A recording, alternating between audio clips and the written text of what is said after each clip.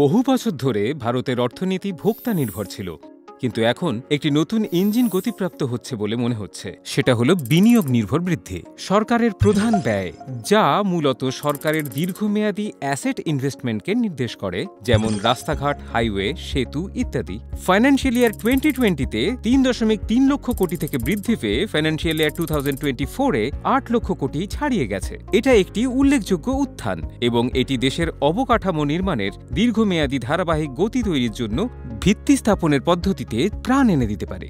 রাস্তাঘাট ও রেলওয়ে থেকে শুরু করে প্রতিরক্ষা পর্যন্ত ভারত সম্ভবত একটি নতুন নির্মাণ পর্যায়ে প্রবেশ করছে এবং কিছু বিনিয়োগকারী বিষয়টি লক্ষ্য করছেন।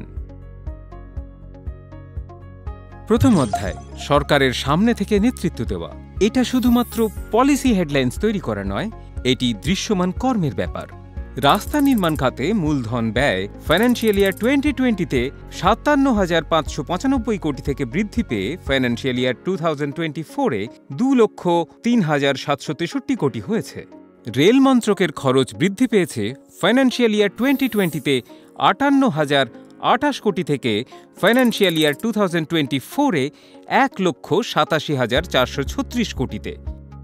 জাতীয় রাজপথ নির্মাণ ফাইন্যান্সিয়াল ইয়ার 2023-তে 13,327 কিলোমিটারে পৌঁছেছে, যা ফাইন্যান্সিয়াল ইয়ার 2019-এ ছিল 10,885 কিলোমিটার।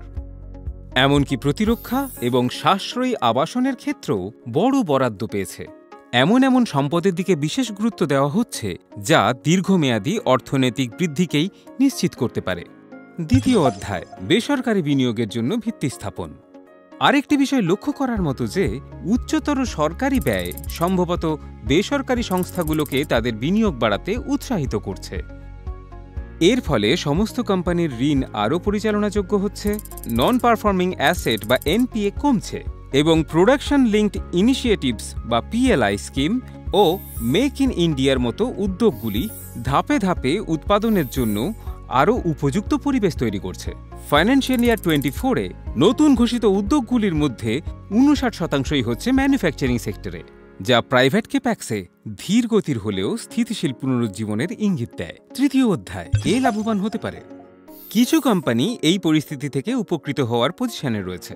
বর্তমানে বেশি অর্ডার পাচ্ছে এমন সব ইনফ্রাস্ট্রাকচার ফার্ম, ক্যাপিটাল গুডস, পাওয়ার, লজিস্টিক এবং রেল টেক সেগমেন্টগুলিতে বাড়তি আগ্রহ দেখা যাচ্ছে।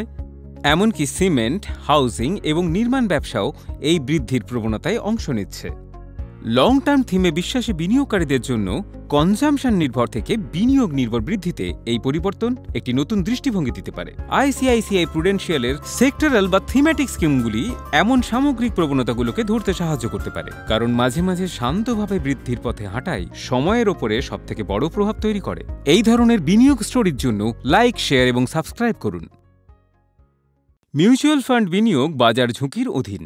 সমস্ত স্কিম সম্পর্কিত দলিলগুলি সতর্কতার সঙ্গে পড়ুন।